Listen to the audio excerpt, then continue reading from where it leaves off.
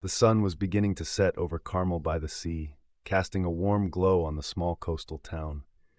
Clint Eastwood, now 94 years old, walked with his usual steady stride, his sharp blue eyes scanning the familiar streets. The air was crisp, carrying the scent of the ocean, and the sound of seagulls echoed in the distance. Clint had always been a man of routine. Every evening, he took a leisurely stroll to a quaint little diner on the corner of town, where the staff knew his order before he even spoke.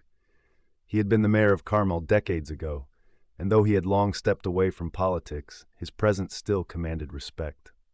As he turned onto Main Street, a sudden noise disrupted the evening peace, a thunderous roar of motorcycle engines. Clint stopped for a moment, glancing toward the source of the sound. From around the corner, 5 bikers emerged, their motorcycles gleaming under the fading sunlight. They were clad in black leather jackets, their faces tough and unfriendly. Most people would have stepped aside, but Clint wasn't like most people. He continued walking, unfazed, his expression unreadable. The bikers, however, had already noticed him. One of them, a heavily tattooed man with a scar on his cheek, nudged his companion. "Hey, check out the old man," he said with a sneer. The others chuckled, their voices carrying over the sound of idling engines. They revved their bikes as they slowed down, their eyes locked onto Clint. He knew trouble when he saw it.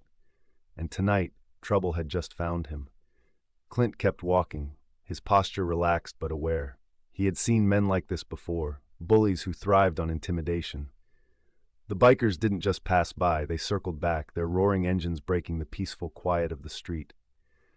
One of them, the tallest of the group, swerved close enough that the wind from his bike made Clint's coat flap. Another cut in front of him, forcing him to stop. "Where you headed, old-timer?" The leader, a man with long, greasy hair and a cruel smile, asked. Clint didn't answer immediately. Instead, he let his piercing Eastwood stare do the talking. It was the same look that had unsettled villains in countless films, and it still held power. The biker chuckled. "Oh, we got a tough guy here." Another biker, a stocky man with a thick beard, leaned forward on his handlebars. "Maybe he don't hear so good at his age." The others laughed. Clint remained unmoved. The leader stepped off his bike, his boots crunching against the pavement. "You see, old man, we don't like strangers wandering through our spot, and if you're walking through, you gotta pay the toll." "Toll," Clint finally spoke, his voice even. The leader smirked. "That's right, we're thinking, oh, I don't know, your wallet should do." Clint gave a slow nod, but his icy gaze never wavered. "You boys sure you want to do this?" The leader's smile faltered for a split second, but he covered it up with a scoff. "Oh, we're sure." Clint sighed, as if disappointed. He had dealt with tougher men in his lifetime. The bikers, however, had no idea who they were dealing with. The bikers tightened their circle around Clint, their expressions shifting from amusement to something darker. A few pedestrians on the sidewalk slowed down, sensing the tension, but no one dared intervene. The leader, still smirking, took a step closer. "Come on, Grandpa, hand it over. We don't want to hurt you." Clint remained still, his piercing blue eyes locked onto the man. He had faced tougher threats in his life, on and off the screen. This wasn't his first time standing against men who mistook his calm demeanor for weakness. One of the younger bikers, eager to prove himself, reached for Clint's jacket. The old cowboy's hand shot out like lightning, gripping the man's wrist with surprising strength. "Easy there, kid," Clint said, his voice low but firm.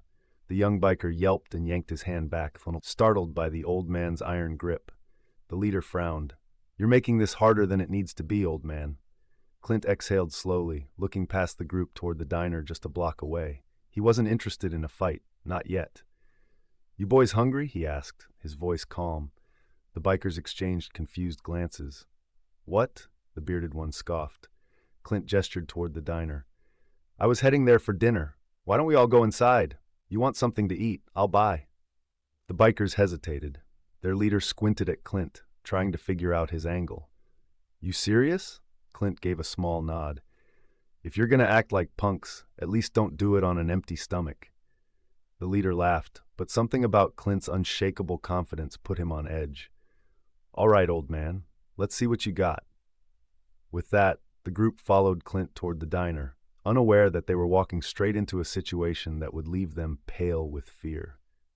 The bell above the diner door jingled as Clint stepped inside, the 5 bikers following closely behind. The warm scent of fresh coffee and baked bread filled the air, but the usual hum of conversation quickly faded as patrons turned to see the intimidating group enter. The waitstaff froze, their eyes darting between Clint and the bikers. The diner was a friendly place, a quiet retreat for locals, but tonight the atmosphere had shifted. Clint walked to his usual booth by the window and sat down, his movements slow and deliberate. The bikers didn't sit immediately. Instead, they loomed, surveying the room like they owned it.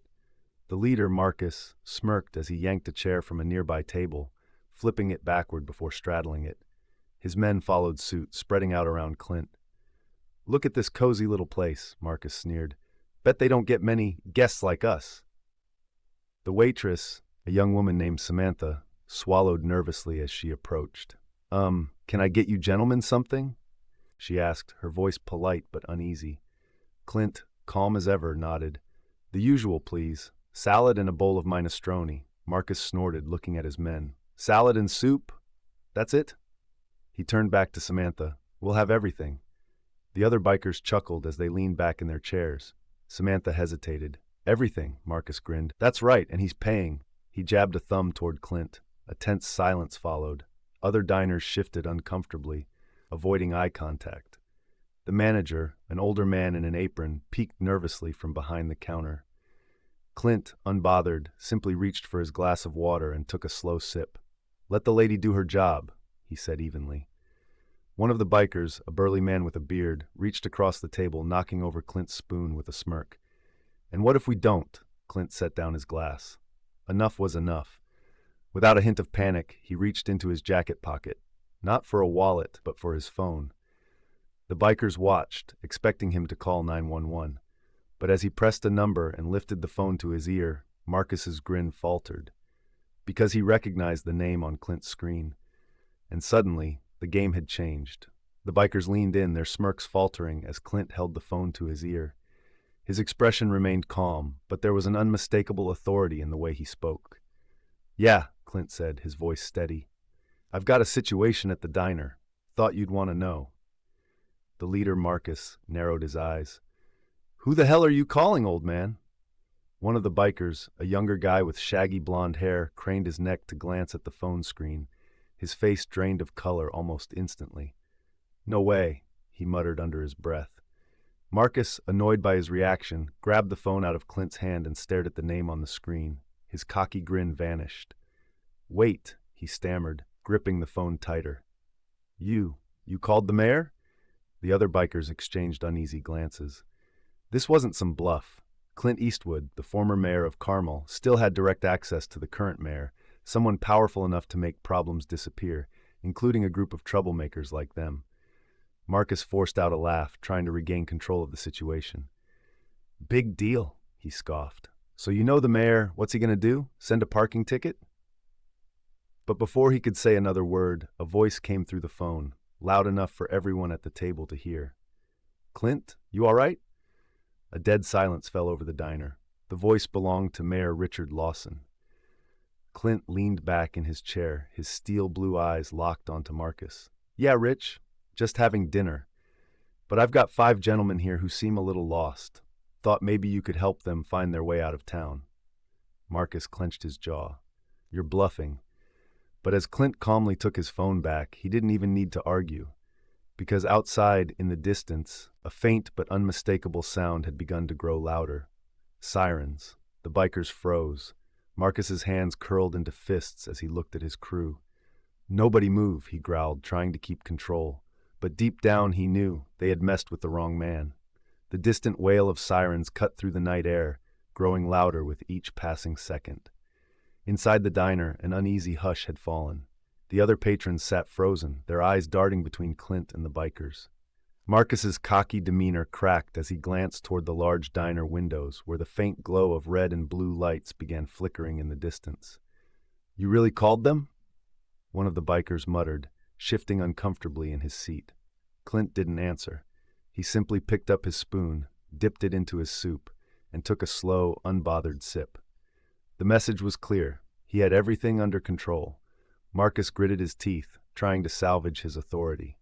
"Relax," he muttered to his crew. "It's just a bluff. Even if cops show up, they don't scare us."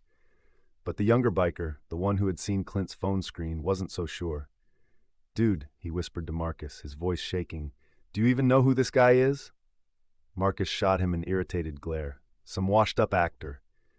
The young biker shook his head. "No, he's Clint Eastwood. He used to be mayor here. He's a legend, man. The cops won't just show up, they'll be out for blood."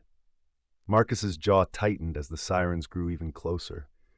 One of the other bikers stood up abruptly.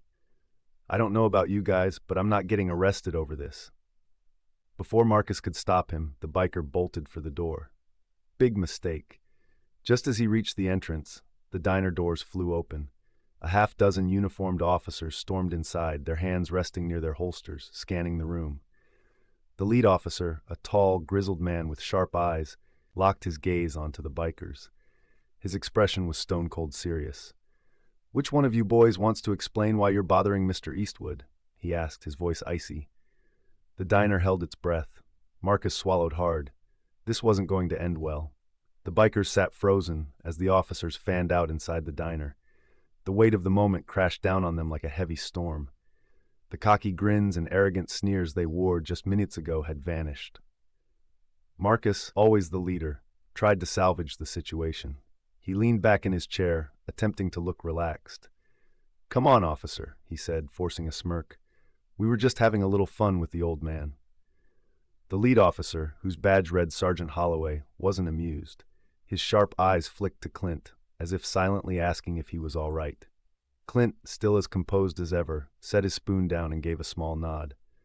"I was just trying to have dinner," he said, his voice steady.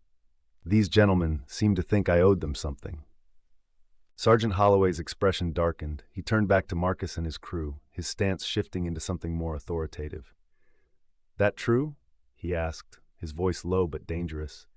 Marcus let out a short, dry laugh. "Look, we didn't mean anything by it," he said, shrugging. "No harm, no foul, right?" One of the younger officers stepped forward, arms crossed. "You think extorting an elderly man, a former mayor no less, is just a joke?" The bikers shifted in their seats, clearly realizing how bad this looked. Then, to their horror, another officer entered the diner, talking into his radio. "Yeah, we've got them," he said. "Running a check on all 5 now." Marcus's smirk finally disappeared. A background check meant one thing. If any of them had outstanding warrants, this wouldn't just be a warning. One of the bikers, the one who had tried to run earlier, let out a nervous breath. "We should go," he muttered to Marcus. But they weren't going anywhere. Sergeant Holloway's hand hovered over his cuffs. "Not so fast," he said. "We're just getting started." The diner grew silent, the tension palpable. Marcus clenched his jaw. For the first time tonight, he realized he wasn't in control anymore. Marcus sat stiffly in his chair, his fingers tapping anxiously against the table. The other bikers weren't looking so tough anymore. Their confidence had cracked under the reality of their situation. Sergeant Holloway's radio crackled. "We've got something," a voice on the other end said. "Marcus Greeley, 3 prior arrests, 1 outstanding warrant for assault and intimidation." The diner fell into complete silence. Marcus's face lost all color. Clint Eastwood didn't react. He just sat, calmly stirring his soup, watching as the bikers unraveled. He had seen this before, bullies who thought they were untouchable until the law finally caught up with them. The officer holding the radio glanced at Holloway. "We're confirming the warrant now, but it looks solid." Marcus's hands curled into fists, his bravado all but gone. "That's—" he hesitated, his voice tight. "That's from a long time ago." Sergeant Holloway remained unmoved. "And yet, here you are, pulling the same stunt. Intimidation, threats, seems like old habits don't die so easy." The other bikers looked at Marcus with growing unease. One of them whispered, "You didn't tell us about that." Marcus shot him a glare, but it was clear. Their loyalty was starting to fracture. One of the younger officers leaned down to Clint, his voice respectful. "Mr. Eastwood, do you want to press charges?" Clint set his spoon down and looked up. His legendary gaze landed on Marcus, who refused to meet his eyes. After a moment, Clint spoke. "I don't need to press charges," he said, "but I think you all need to face the consequences of your choices." Holloway nodded. "That's all we need to hear." He pulled out his cuffs. "Marcus Greeley, you're under arrest." The bikers panicked. Marcus jolted up from his chair. "Wait." Too late. Holloway and two other officers grabbed him, spinning him around as they cuffed his wrists. The loud snap of the cuffs echoed through the diner. The other bikers stood, hands raised, unsure of what to do. "Sit down," Holloway ordered. They obeyed. As Marcus was hauled toward the door, Clint finally spoke again. His voice was calm but firm. "You boys might want to think real hard about who you follow." Marcus scowled but said nothing. The other bikers exchanged uneasy glances. Doubt was creeping in. As the door swung open and the officers led Marcus out, the cold night air rushed in, and with it, the first real taste of fear. The bikers had been untouchable before tonight, but now, everything had changed. The heavy diner door swung shut behind Marcus as the officers led him outside. The cold night air swallowed his curses as he struggled, but it was no use. He was caught. Inside, the remaining bikers sat in uneasy silence. Just minutes ago, they had been untouchable, loud, and full of bravado. Now, without Marcus leading the way, they looked lost. One of them, the bearded man who had yanked Clint's jacket earlier, drummed his fingers on the table. "This is a joke," he muttered. "They can't just take him like that." The officer who had stayed behind, a young but authoritative cop named Reynolds, crossed his arms. "He's got a warrant. He's going with us whether you like it or not." Clint watched them carefully. He had seen plenty of men like this before, bullies who thrived on strength in numbers. But without their leader, cracks were already beginning to form. The youngest of the bikers, a wiry man with nervous eyes, shifted uncomfortably. "We didn't know about Marcus's past," he said quietly. "He said we were just going to have fun, mess around a little." Clint took a slow sip of his soup, then set his spoon down. His voice was calm but firm. "Messing around is one thing. Shaking down strangers and threatening people, that's something else." The bearded biker scoffed. "Spare us the lecture, old man." Clint didn't flinch. Instead, he studied the group, noting the shifting body language, the uncertainty. They weren't as tough as they wanted people to believe. Reynolds, the officer, took a step forward. "Here's the deal," he said. "Marcus is gone, and you're all free to leave. But if you start trouble again in this town next time, you won't just be getting a warning." The bikers looked at one another. Then the bearded man pushed his chair back and stood up. "Come on," he muttered to the others. "We're leaving." One by one they followed, though the younger one lingered a moment, his eyes darting to Clint. Something in him looked regretful. But before he could say anything, the bearded biker grabbed his shoulder and pulled him along. As they exited, Clint let out a quiet sigh. He had seen this story before. Some would learn, but others never would. Reynolds tipped his hat slightly toward Clint. "You all right, sir?" Clint gave a small nod. "Never better." The officer smirked. "Didn't think you would be." He turned toward the door. "I'll make sure they're really leaving town." As Reynolds followed them outside, the tension in the diner finally eased. Conversations slowly resumed, and the warmth returned to the room. The waitress, still shaken, approached Clint's table. "I don't know how you stayed so calm," she murmured. Clint simply smiled. "I've faced worse." And with that, he took another sip of his soup, as if nothing had happened at all. As the last of the bikers walked out of the diner, the tension in the room slowly faded. People began to talk again, though there was still an air of disbelief lingering in the air. Had they really just witnessed Clint Eastwood take on a gang of bikers without lifting a finger? Clint, ever the composed figure, finished his soup, wiped his mouth with a napkin, and leaned back in his chair. He had seen men like them before, loud, aggressive, but ultimately cowards when faced with real authority. Just then, the door swung open again. But this time it wasn't trouble walking in. It was the mayor himself. Mayor Daniel Carter was a well-dressed man in his late 40s, with salt and pepper hair and a commanding presence. His eyes swept across the diner, quickly spotting Clint sitting calmly at his table. With a deep breath, he approached. "Mr. Eastwood," the mayor said, offering a firm handshake. "I came as soon as I heard." Clint smirked slightly. Didn't think it'd take long. The mayor pulled out a chair and sat across from Clint, lowering his voice. "Those bikers weren't just causing trouble tonight. We've had reports of them harassing business owners for weeks. We were looking for a reason to take them in, but no one wanted to press charges." Clint nodded. "Until now."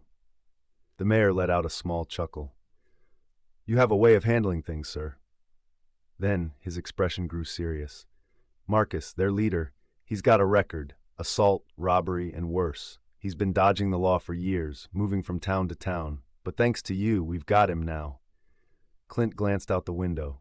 The red and blue lights from the patrol cars were gone, but the weight of what had happened still hung in the air. So what happens next? Clint asked. The mayor sighed. The other bikers didn't have outstanding warrants, so we let them go with a warning. But Marcus, he's not walking away from this one. Clint simply nodded. He had no interest in revenge, just justice. The mayor stood up and adjusted his suit. Carmel owes you, Mr. Eastwood. Clint gave a small smile. Just looking out for my town. The mayor chuckled. You always have. With that, he patted Clint on the shoulder and left. The moment had passed, but the message was clear. Clint Eastwood wasn't just a legend on screen. He was a legend in real life, too. As the mayor left, the diner slowly returned to normal. Conversations resumed.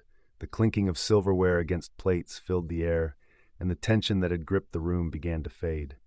But one thing remained: the undeniable presence of Clint Eastwood, the man who had just outmaneuvered 5 dangerous bikers without breaking a sweat. A few patrons couldn't help but steal glances at him. Some whispered amongst themselves. Others simply stared in awe. One man, a retired police officer named Frank Dawson, finally mustered up the courage to approach. He had been sitting in the back corner of the diner the whole time, watching everything unfold.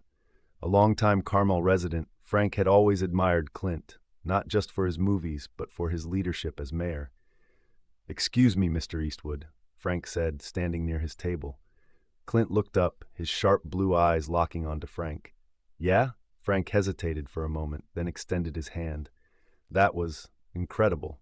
The way you handled those guys, it reminded me of one of your movies." Clint gave a small smirk but didn't immediately take the compliment. "Wasn't acting," he said simply. Frank chuckled. "I know, that's what makes it even more impressive." A few others gathered nearby, emboldened by Frank's approach. A young woman, probably in her 20s, spoke up. "I recorded everything," she admitted, holding up her phone. "It's already going viral." Clint let out a quiet sigh. He never cared much for social media or internet fame, but he knew how these things worked. His calm but firm handling of the bikers would be making waves across the country before the night was over. "Hope you got my good side," Clint muttered dryly. The young woman laughed nervously. "People are loving it. They're calling you the real-life cowboy in the comments." Clint shook his head slightly, but didn't seem upset. He had spent his whole life playing cowboys and tough men. It was funny how, even at 94, the world still saw him that way. Just then, the diner's owner, Helen Parker, approached. She was an older woman, close to Clint's age, and had known him for years. She leaned in, lowering her voice. "Clint, you just did this town a big favor," she said. "Those bikers were scaring people. Business owners were too afraid to speak up. But you handled it like it was nothing." Clint glanced at her, sensing the emotion in her voice. "Just doing what needed to be done." Helen smiled warmly. "And that's why people respect you. You never stopped caring about this town." Clint gave a small nod, then turned his attention back to his meal. He wasn't looking for praise, and he certainly wasn't trying to make headlines. But as he took another sip of his coffee, he realized something. His quiet night out had turned into something much bigger. And it wasn't over yet. Meanwhile, outside the diner, Marcus and his crew sat handcuffed in the back of the squad cars, their confidence completely shattered. The initial shock of their arrest was wearing off, replaced by creeping anxiety. They weren't locals. They had rolled into town expecting an easy night, intimidate a few people, get free food, maybe cause a little trouble before moving on. They never expected to be outplayed by a 94-year-old man. Marcus clenched his jaw, watching the flashing red and blue lights reflect off the windows of the diner. This wasn't how it was supposed to go. One of the bikers, a burly man named Troy, leaned forward against his seatbelt restraints. "Dude, what just happened?" His voice was low, almost afraid to say it out loud. Another, a younger man with a buzz cut, muttered under his breath. "He called the mayor. Who even has the mayor's number like that?" Marcus didn't answer. He was still processing. Clint Eastwood wasn't just some random old man. The way he stood his ground, the way the police had responded instantly, it was clear that he had serious pull in this town. Then the officer who had arrested them returned to the squad car. He opened the door and crouched slightly, his face unreadable. "You boys are lucky," Marcus scoffed. "Yeah? Doesn't feel like it." The officer smirked. "Trust me, if Mr. Eastwood had wanted to press charges, you'd be facing a whole lot worse. But he didn't. So here's what's going to happen." The bikers stiffened. "You're getting escorted out of town," the officer continued. "We already ran your records. Some of you have enough on your rap sheets to make things complicated. But Mr. Eastwood asked us to keep it simple. So we're keeping it simple." Marcus narrowed his eyes. "That's it? You're letting us go?" The officer's smirk faded. "Let me make one thing clear. You ever set foot in this town again, so much as stop for gas, you won't be so lucky." The seriousness in his voice made Marcus's stomach drop. The other bikers exchanged uneasy glances. "Now, we're going to drive you out," the officer added. "And you're going to keep driving. Understand?" Marcus swallowed hard and gave a reluctant nod. He wasn't about to push his luck. As the squad cars pulled away from the diner, he cast one last look back at the man who had single-handedly humiliated them, Clint Eastwood. And for the first time in a long time, Marcus felt something he hadn't felt in years. Fear. The squad cars moved steadily through the quiet streets of Carmel, their flashing lights reflecting off storefront windows. Inside, Marcus and his crew sat in silence, the weight of their situation sinking in. The night had taken a turn they never could have predicted. The officer driving their car glanced at them through the rearview mirror. "You boys thought you were tough, huh?" His voice was calm, but laced with amusement. Marcus remained silent, but Troy, still shaken, muttered, "We didn't know who he was, all right." The officer let out a dry chuckle. "Didn't matter. You messed with the wrong town. Eastwood's not just some old man here. He's a legend." "Thank you all for coming," Evelyn began, her voice steady and commanding. "We're here because this neighborhood is more than just a place. It's our home, and it's being taken from us." Josephine stepped forward, her presence sharp and unwavering. "We've fought for this place before. We fought to make it ours, and we'll fight to keep it ours. But we need you, all of you." The room was quiet, the weight of their words settling in. Deacon was standing at the back of the room, watching the crowd closely. He could feel the tension in the air, the kind of energy that built up just before something big happened. A young man in the back stood up. "What's the plan?" Evelyn met his gaze, her eyes fierce. "The man behind all of this, the one who thinks he can take everything we've built and erase us. His time is up. We've got the information, we've got the power, but we need you to help us make sure he doesn't win." Josephine added, "We're not asking for your permission. We're asking for your strength. This is our fight, but we can't win it alone." The room erupted in murmurs of agreement. People stood up, clapping, some shouting their support. The energy was electric now. It wasn't just about the fight anymore. It was about their pride, their unity. "Tomorrow," Evelyn continued, "we take it to the streets. We make sure he knows that we're not going anywhere." The crowd cheered. The tension, the uncertainty, everything seemed to melt away, replaced by something stronger. Hope. They had their army now, and this time they weren't going to be ignored. As the meeting broke up, the mood was different. People shook hands, exchanged numbers, and made plans. It felt like the first step in a long, hard fight. But the twins knew this was it. They weren't just going to take back their block, they were going to take back their future.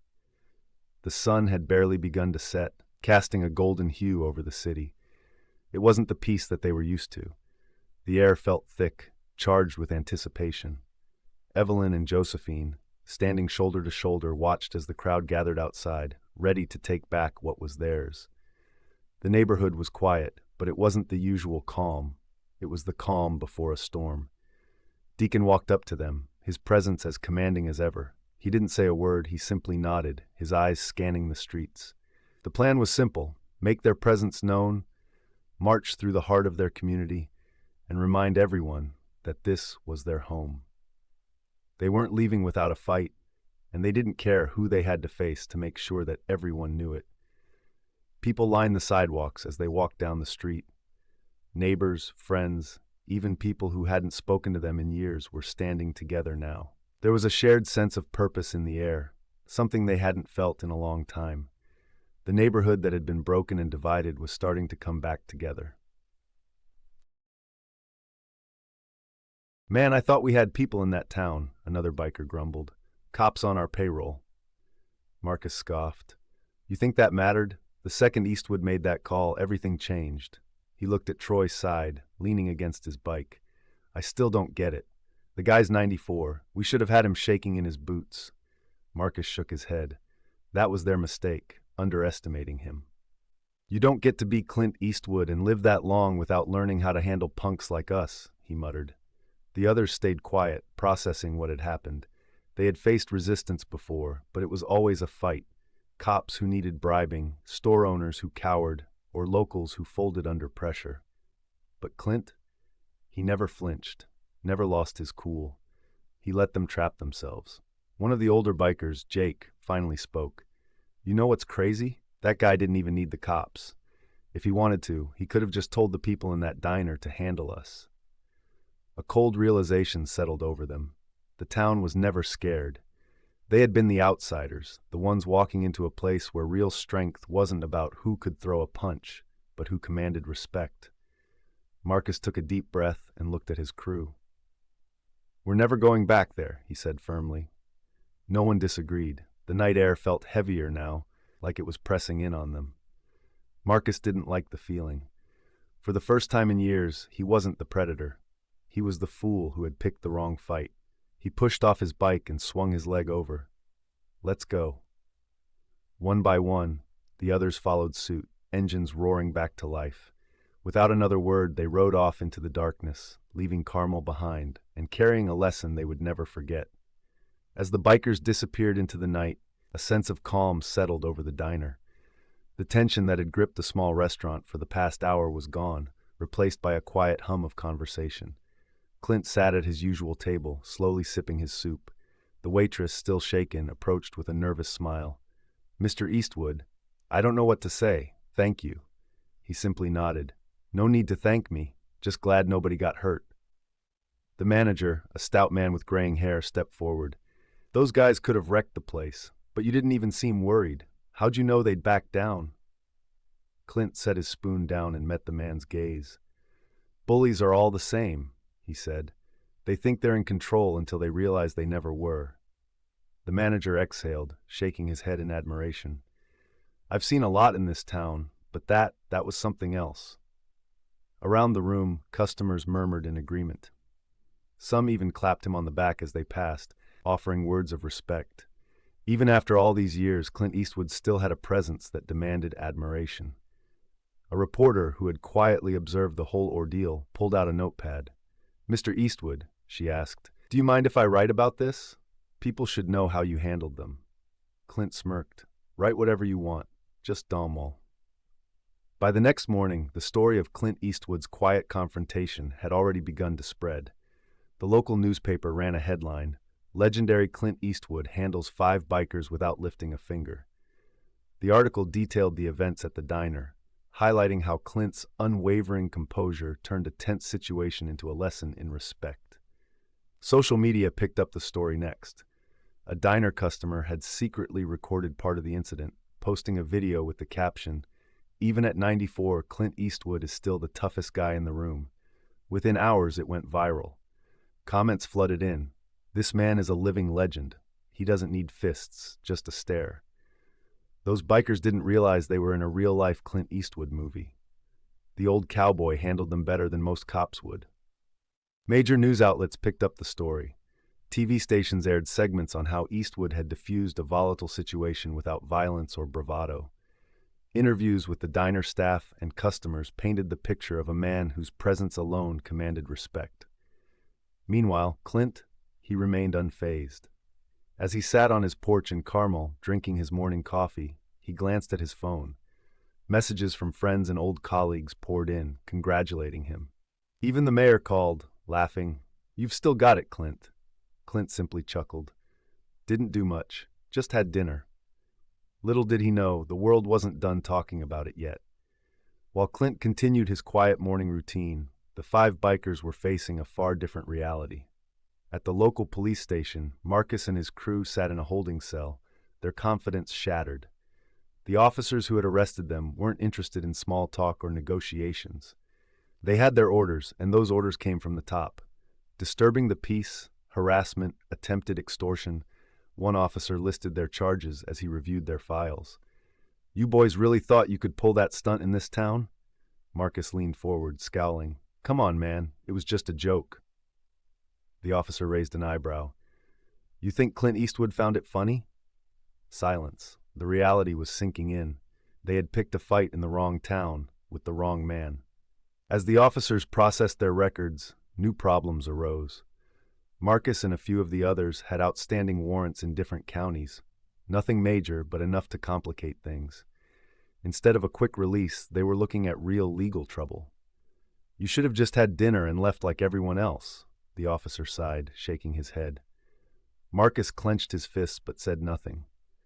For the first time in years, he felt small. Meanwhile, outside the station, reporters had gathered, eager for a comment. The world had already chosen its side, and it wasn't theirs. By nightfall, Marcus realized something painful. His reputation wasn't built on respect, just fear. And tonight, even that was gone. As night fell, news of the bikers' arrest spread throughout the town. People who had once been intimidated by their presence now spoke of them as fools who had tried to mess with the wrong man. At the diner, the staff still couldn't believe what had happened. The waitress who had served Clint that night replayed the scene in her mind over and over. "He wasn't scared, not even for a second," she told her coworkers. One of the cooks chuckled. "Of course he wasn't. That's Clint Eastwood. Those bikers thought they were the tough ones. Turns out they were just a bunch of amateurs." Meanwhile, Clint sat quietly on his porch, sipping a cup of tea. The phone buzzed beside him, yet another call from a reporter, no doubt wanting a quote. He ignored it. He wasn't interested in the fame or the praise. To him, the situation had been simple. Stand your ground, show respect, and demand the same in return. At the police station, Marcus and his gang sat in silence. Their arrogance had been stripped away, leaving behind nothing but regret. One of them, the bearded biker who had mocked Clint the most, finally spoke. "We should have just walked away," he muttered. Marcus didn't respond. He already knew they had lost more than just their freedom that night. By morning, the mayor had personally ensured that the bikers wouldn't be welcome in Carmel again. Their motorcycles would be impounded, their fines would be heavy, and any attempt to return to the town would be met with swift action. It was a lesson they wouldn't forget, and neither would anyone else. By the next morning, Carmel had returned to its usual peaceful rhythm. The sun cast a golden glow over the coastal town, and the salty breeze carried the scent of fresh coffee and baked bread from the local cafes. At the diner, Clint Eastwood arrived for his usual breakfast. This time, there were no interruptions, no unwanted company, just warm greetings and appreciative smiles from the staff and patrons. The waitress from the night before approached with a fresh cup of coffee. "Mr. Eastwood," she said hesitantly, "I just wanted to say, what you did last night, it was incredible." Clint took a sip of his coffee and gave her a small nod. "Just an old habit," he said, "keeping the peace."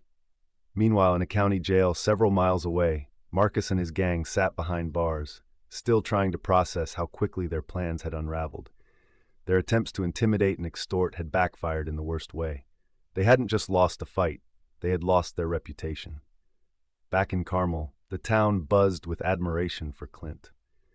The story had taken on a life of its own, growing into a local legend. People joked that he had handled the situation like a scene straight out of one of his westerns. Even the mayor paid him a visit later that day, shaking his hand and saying, "You know, Clint, this town still feels safer with you around." Clint chuckled. "Well, I guess some things never change." As he walked home that evening, the Pacific Ocean stretching endlessly before him, he knew one thing for certain. He might have been 94, but in Carmel, he would always be the man people looked up to, the man who didn't need to throw a punch to win a fight. And with that, Clint Eastwood, the legend, walked off into the sunset once more. If you enjoyed this story and want to see more incredible tales of resilience, wisdom, and justice, make sure to like, share, and subscribe. What do you think about Clint Eastwood's legendary response? Drop your thoughts in the comments below. And don't forget to turn on notifications so you never miss a powerful story like this one.